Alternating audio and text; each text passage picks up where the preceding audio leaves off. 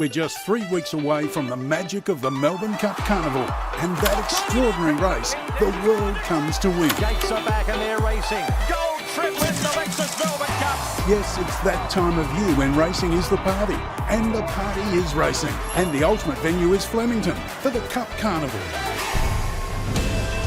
The champions of the turf take the spring to a new level. At Randwick, the Everest. Forget the slow climb. This is sprint, sprint, sprint. Giga kick down the outside wins the Everest. And at Caulfield, 3-time honoured Group 1s that span a century and more. Here comes Animo over the top. What a day and what a season. Spring on the tracks, spring in the steps, spring into celebrating this time of year. This is what we've come for. Australia is off and racing. Hold on, it's only getting bigger from here. It is great to have your company once again on the road to the Melbourne Cup Carnival. It's already been a phenomenal start to spring and it steps up another level this weekend with 3 Group 1s, Caulfield Guineas Day and the $20 million Everest Race Day in Sydney. And we've got the best in the business to bring you all the news and all the winners, including 3-time Melbourne Cup winning legend Glenn Boss, who has started in fine form, tipping us Gold Trip last week, Bossy. Well done to you. Yeah, Gold Trip, one word, exciting. Phenomenal, wasn't he? What about this man, David Gately? He is ready to fire on a big race day tomorrow. It is just a phenomenal day everywhere you look, Gator. Yeah, it is. I think first things first, you misspelt Guitar Hero on my graphic again, but that's fine. We are on the doorstep of one of the great race days, and not only that, it's going to have a significant impact on Cup Week. It certainly will. There'll be a lot of horses racing on Saturday that will be heading to the famous 4 days at Flemington, just as Britt Taylor will be as well. It's great to have your company once again, Britt. Thank you. Great to be here. And I tell you what a difference a week makes in this sport. This time last week, we're preparing to farewell 2 legends of the sport. Now it's just one. I know. Can you believe it? Frankie Dettori has come out and said, you know what, maybe I won't hang up the saddle so quickly. This is what the champion had to say. When I announced my retirement, I thought it's a matter of saying my goodbyes and slowly feeding my way out of the sport to the back door. But, you know, it's been success after success after success, and got to a point that it just spiraled out of control in my emotions, and I thought, I'm not ready to stop. Well, we've got some breaking news right here on the road to the Melbourne Cup as well, because, Bossy, now you've got an announcement you'd like to make? No, I'm not coming out of retirement, put it that way. You can't blame Frankie, though. He's been in unbelievable form, and we're still going to get to see him Melbourne Cup week at Flemington. Yeah, he'll come in with no stone unturned. He'll really have a go trying to win, hopefully gets a ride in the Melbourne Cup. But he's been in great form. He's won a 2,000 Guineas, he's won a Gold Cup. You know, he's won a Coronation Cup and an Oaks this year in career best form. So why would you give up? I think the $1.01 favourite lob there with him coming back in. Frankie goes to Hollywood. He's going to base himself in the US, which is going to be great. Damien Oliver, it is still his final Melbourne Cup Carnival. We can't wait to count down to that. As I mentioned at the top, it has been some start to spring last week in the Turnbull Stakes. What a performance. Rocket exploded, dashed away 3 or 4 lengths in front of Fists of Fury, but it's all Riff Rocket. Named after the great Bart Cummings. Ready and racing. Pretty good line too. Future History had a kick in the locker. Future History lives near the line, and Future History's 1.5 lengths first immortal. If he runs up to his last start performance, I think he'll be very hard to beat. Star Patrol about 1.5 lengths, dribble missile. Star Patrol is burning rubber late, and Star Patrol too good, 350 to go. Ozapinko up to West Wind Blows, Romantic Warrior, and here's Gold Trip, the Melbourne Cup winner, storming down the outside of the 200. Gold Trip runs on by 2 lengths, 3 lengths, West Wind Blows and Salcombe, but it's all Gold Trip. Gold Trip has bolted in the Turnbull.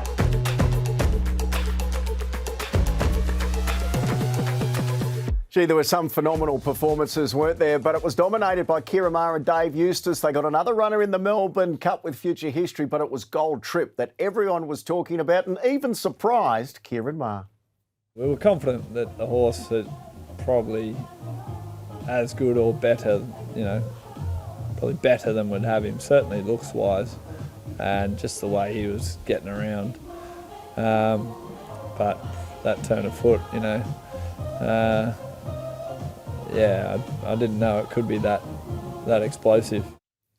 Well, Bossy, he won the Cup last year carrying top weight. He's going to be top weight again this year. Can he win the Caulfield Cup, Cox Plate or Melbourne Cup this year? Because at this stage, he could run in all three again. Yeah, I think they're considering running all three, but I'd go Cox Plate, Melbourne Cup. I don't think for mine, there doesn't seem to be much upside if he wins the Caulfield Cup. They're saying they won't penalise him. Of course they're going to penalise him. If he gets penalised, he probably can't win a Melbourne Cup. Yeah, well, I mean, weights are a factor, aren't they? I mean, obviously, in any athletic endeavour, if you're carrying more weight, it's a greater challenge. And he'll probably strike a stronger race this year, I think, as well. Yep. It was just phenomenal, and I think the format of the Turnbull is going to be very strong in a Caulfield Cup. It could be the early form line of the Spring Carnival. What about the Bart Cummings? We haven't seen a winner come through this race of the Melbourne Cup since it was a win in you're in.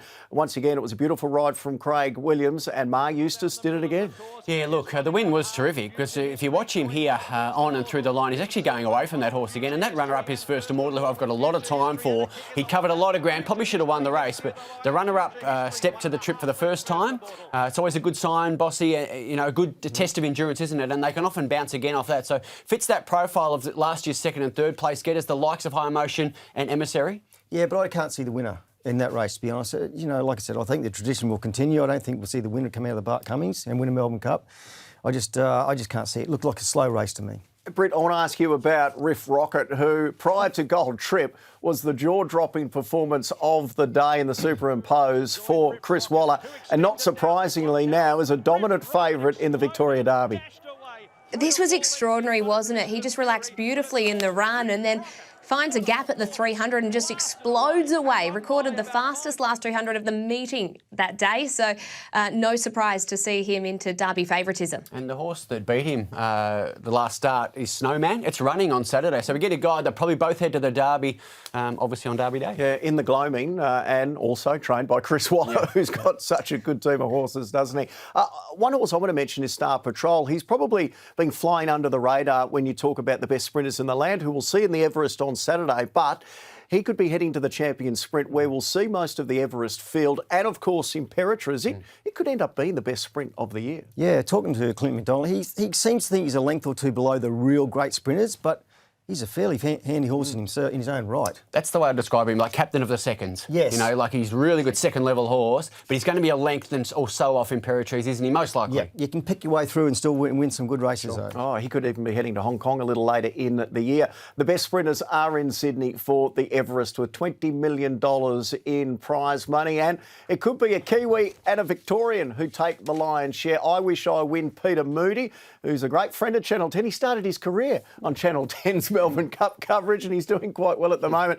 Barrier 1, though, in the Everest. You don't seem to have much of a concern about that, Bossy. Not at all. I think what you can do, you get fired up with Barrier 1 and say, all of a sudden you start riding your horse different. What you've got to do is ride the horse, not the race. He's the best close-in finisher in the country. His sectionals will back that up.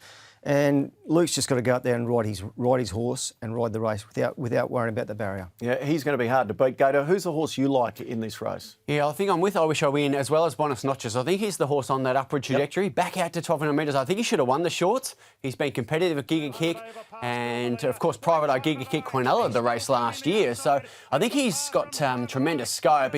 His last 200 here was elite. So I think he's right in the mix, and he's a really nice price too. That's him finishing third there behind Private Eye. And the stablemate, Brett, for Joe Pride, who's got a great hand in the race, is think about it. What chance do you give it in the race? Oh, it has to be a massive chance, doesn't it? Think about it. But I am with I Wish I Win as well. I like the prep that he has had. But when we have a look here at the Premier Stakes, which was, of course, won by Think About It, we know what he has been able to do. He's a winner, isn't he? And he's just been extraordinary, running second there, Hawaii 5-0, who we'll see on Saturday as well. So it's a really great race. 2 Group 1s in Sydney, 3 Group 1s at Caulfield tomorrow, plus the Everest. And you know who's won them all? Money man, Glenn Boss, over here, still counting his cash. It is a great day tomorrow. And the carnival continues to build after Guineas Day and Everest Day. It is, of course, the Caulfield Cup. And then after that, we head to Moonee Valley for the Cox Plate, the Manikato Stakes. What a double that will be. And then all roads lead to fabulous Flemington. The Penfolds Victoria Derby Day on the 4th of November kicks it off. The biggest race in Australia, the Lexus Melbourne Cup, the Kennedy Oaks. And what a way to finish with Tab Champions Stakes Day. It is going to be a week to remember. But it's not just about all the horse action on the track. Have a look at this. For those who like to party like David Gately does, on Kennedy Oaks Day, there's a dance party with Hot Dub Time Machine. Cup Days, probably a little bit more like David Gately, the Cause and John Stevens. Derby Day, you've got Joel Corey and Client Liaison. And then what about the Rogue Traders? Nat Bassingthwaite, the former Channel 10 star, is in action there. We can't wait. We'll be dancing, we'll be singing, and you'll see it all on Network 10. As we go to a break, here's a little teaser of what you can expect.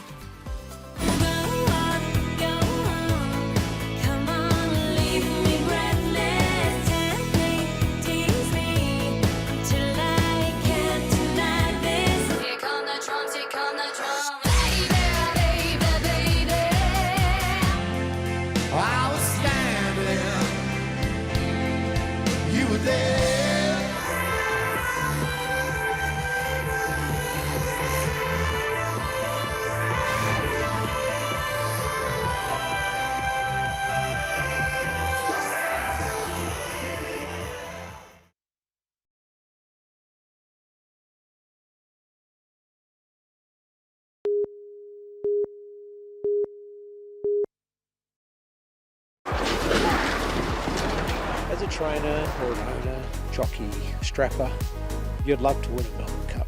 It's probably not going to happen to most people.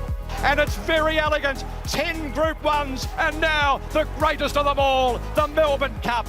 Very elegant wins by 3.5 incentivized. Winning the 2021 Melbourne Cup with Very Elegant was pretty surreal. It hits you in the face and you say, wow, we have just won the Melbourne Cup. And I think it gives you that right of ownership, where you say, well, we've managed to win this race. I think we can win it again. The next one's doable. It's a very special race. It's not only a race that stops the nation, it's a race that stops the world. That's why we want to come back and win it again. To be able to hold a 2023 Melbourne Cup up, you know that it can be won. He's some trainer, isn't he, Chris Waller? And the stats most certainly do not lie when we look at these figures. 152 Group 1 wins and 17 Group 1 wins at the Melbourne Cup Carnival. His dominance in recent years is unparalleled when it comes to Cup Week. Have a look at that. 46 winners, almost double his closest rival in the Snowdens. He is a freak of a trainer. And Bossy, you've had the great privilege and joy to ride many Group 1 wins for Chris Waller. What is it that makes him such a good trainer? Oh, there's many things, but work ethic is one of them that comes to my mind, and his attention to detail. He never stops. He's never, ever stops thinking about how he can improve horse. As you see with his horses, they just seem to keep going up every year until they finish racing. He's just got this ability to turn them around and get them going. It's no different than any sporting coach. You've just got to know each individual athlete and their strengths and weaknesses. I think that's what he does better than anyone. Sprinters, stayers, all ages. It doesn't make any difference to Chris Waller, and he's got a star 3-year-old who could add another Group 1 to his tally in the Caulfield Guineas tomorrow. Militarised. It's become almost a Sydney v Melbourne here, Gator, where the undefeated Stapati, the Victorian, takes on the bona fide 3-time Group 1 winner. Which camp are you in? Look, I'm with Militarised. I thought he was excellent winning the Golden Rose. He wasn't even in the call really at the 100. We'll roll the replay here, but watch his last 50 metres especially. Just storms over the top of them. I know it was a bit of a blanket finish, and that's been a theme, Melbourne, both state lead-up races. So there's some query there, but I think he'll eat 1,600 metres. He was only second up here. Recent history says the good Sydney 3-year-old comes down and wins this race, so I'm with him. Yeah, even from a wide gate, no concern? Well, he's going to give Stapati a lot of ground, isn't he? And he's a very good horse. You know, 5 for 5, and I just love the way the other day he was there to be beaten, and he found a way to win. It's just so you know there's going to be a bit of ground to make up there. He was gutsy. He was beaten here, wasn't he? That's him in the dark blue colours, and have a look at Sheelight in the pink as well. Ran well. He'll meet him in the Guineas. So you think from the barrier draw where he'll be in the run, he's got the advantage over Militarised? Yeah, no doubt. What about yourself, Brett? Who do you like in the Guineas? Oh, I'm all aboard this Stapati party. I love the story with the ownership group as well. But I just keep coming back to Champions Day last year, and the whole build-up was a bit of a match race between horses, and then you have one come in and spoil the party, and I have a fear that that could happen here, given it's all been Stapati v Militarise. If there was another, I thought Centify, watching him work with King Colorado I thought he was really, really strong, and they swapped blinkers for visors on race day. Yeah, Kieran Maher, Dave Eustace, you can never count them out in a Group 1. He's one of 4 runners that Kieran and Dave will settle up in the Caulfield Guineas. Britt, you and everyone in WA will be feeling a little nervous because by the time we get to the last race at Caulfield, the Toorak Handicap, it is WA's golden girl, Amelia's jewel. She's the talk of the town. Will she be too good tomorrow? I think she will be. Look at her here working on Tuesday morning at Caulfield with the blinkers on, which is not something we usually see from her, but they didn't have a horse to work her with company, so elected to put the shades on for the gallop, and gee, she was really sharp. I think the most intriguing thing out of this Toorak will be where she goes beyond Saturday. Where do you think she'll go? Well, my heart says a Cox Plate, and a lot of indications are leading towards a Golden Eagle. I hope they go to a Cox Plate, but I fear that they won't. Yeah, it should be hard to beat in anything. Do you think she'll win tomorrow? A little bit of a tricky gate. Yeah, it's a tricky draw, but she overcomes anything. Yeah. She's a real golden girl. I'm pretty confident she wins. I know it's a handicap gator, but yeah, I'm pretty confident she wins, and I'd be confident they go to a Golden Eagle. I can't see her beating the likes of Gold Trip and over 2,000 metres around the valley. That's my honest opinion. Yeah. All right, Gator, tomorrow, do we have her in the last as just a beautiful way to end the day? Well, it'd be a fabulous story, and she is an emerging star, we know that, and she's so adaptable. She went back first up, beat them. She went forward in a fast run race last up, beat them again, and she's winning softly. She's not being ridden, so I think she's got a stack of improvement to come even. So I'm with her, but concede the handicap does bring the others up to her level a bit. All right, Gator, let's now go to your alter ego, and that is Alligator Blood, who is going to be hard to beat in the might and power. A few people questioning whether he can run a strong 2,000 metres, Bossy. This was 1,800 in the Underwood, and he was at his determined best. Yeah, he's just a warrior, and you just got to love the way he's so determined to get to the line, this horse. I'm not doubting him at the 2,000, but it's uncharted territory for him. And there's a few horses that will run this trip out very, very strong. Look, I take your point, Bossy. I think twice he's been at this distance range, so probably a little inconclusive. He's probably going better than last year in this race where he was beaten. He was run over late, then beaten a couple of lengths in a Cox Plate. So there he's only 2 goes at 2,000 metres. The way Jewess was closing on him there, I think she turns the tables on him if she runs to her Australian Cup win it was last season. The stablemate Just Fine's an interesting runner, coming back 400 metres from the Metropolitan.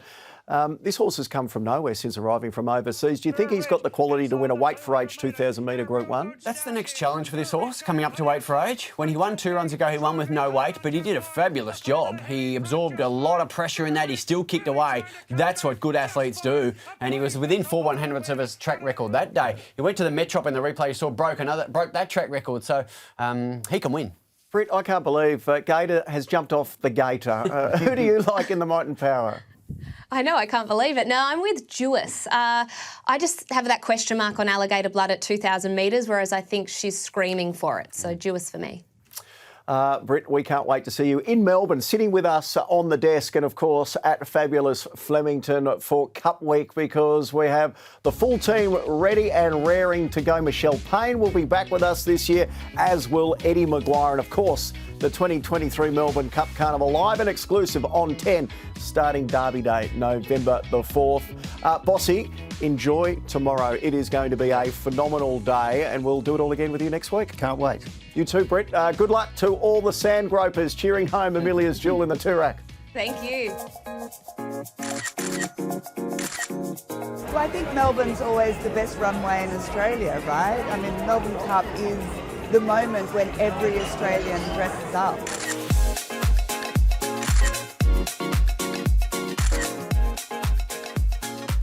I've always thought that the carnival just showcases head-to-toe fashion. So for me, it's putting together the milliner and then the dress and the shoes and just having that whole complete look. Melbourne Cup is where hats come to play. And I think always seeing people, dressed to the nines, Melbourne Cup.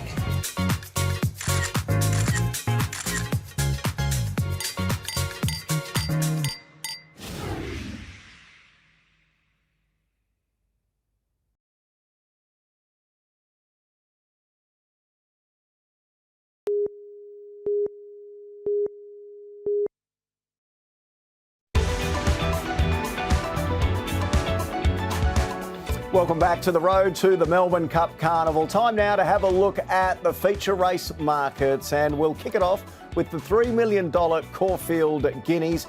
It is a time-honoured race for the best 3-year-olds in the land, and Militarise has been very well backed this week. The Sydney Cider into $2.60.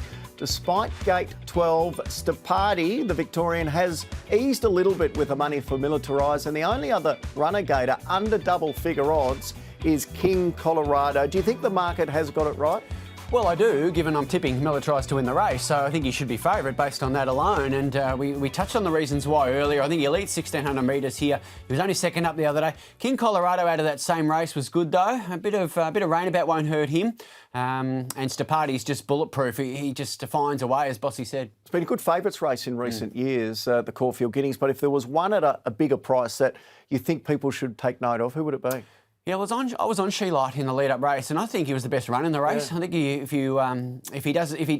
he hooks out early, I think he wins the race and runs by Stapati. His last 200 metres was exceptional. Broke 11 seconds, fastest of the day. I think he's a bit underrated, that horse. Yeah, another one that's been well backed in early markets has been Wolfie, trained by Nick Ryan, former jockey. That would be some story if he could win a Guineas. Agree. He's got to come up a length or two, but it's been that sort of year lead-up where there's not a lot between a lot of them. So I don't think there's an ultimate standout, which we've seen in recent years, like the Autumn Sun, those sort of horses. There's none of that this year. Gee, it's an open and even edition of the Everest this year, and the market tells the story. I Wish I Win was the favourite earlier in the week, but after drawing the barrier Peter Moody didn't want, gate 1, he's eased a little bit to $4.60, and Think About It is now the new favourite gator at $4.40. Yeah, I think I can get this one beat. Think About It. I'm with I Wish I Win pretty strongly, and Bonus Notches, certainly the latter at a really nice price. But there's a field of 8, or market, it's a big field of 12, but there's 8 horses on that screen you can make a strong case for. And I take the point, Think About It. He knows how to win, but I think he's more vulnerable here. Taking the line through Hawaii 5-0, who... I think it's just second-level form. Yeah. Is there anything else that we haven't covered? Any races that you like tomorrow, either in Melbourne or Sydney? Yeah, I think there's a couple of winners. I think Tom Kitten in Sydney, I'm really keen on that horse getting to 1,800. And a horse called Carini, I think can win the Herbert Power. Yeah, and Mr Brightside, do you think he'll continue on his winning way in the King George? Well, he's difficult to tip against since he just keeps on winning. But I think he's vulnerable at the price on Saturday. There's a couple of elite internationals, Light Infantryman and Buckhurst. I think will give him a great race. Yeah, great racing everywhere. And it all culminates with Cup Week at Flemington. And the biggest race of them all is the Lexus Melbourne Cup. Let's have a look at the market, and gee whiz, hasn't this changed in a week since Gold Trip's jaw-dropping win in the Turnbull? The defending champ is now into $5 second favourite. Well, it was a breathtaking win. I mean, he was certainly suited by the fast speed because of his depths of endurance, but he's probably even a better horse at 3,200 than he is at 2,000, so I can see why the market's reacted that way. I've still got a risk on Just Fine at the trip. I think he's a shade of unders. I'm not dropping off Francesco Guardi and Solcombe, who were both solid in the Turnbull without raving. Yeah, next week is going to absolutely shape the Melbourne Cup with the traditional Caulfield Cup lead-in, where Solcombe, also Francesco Guardi are high up in the market. For those who like an early flutter on the Caulfield Cup, which way are you leaning?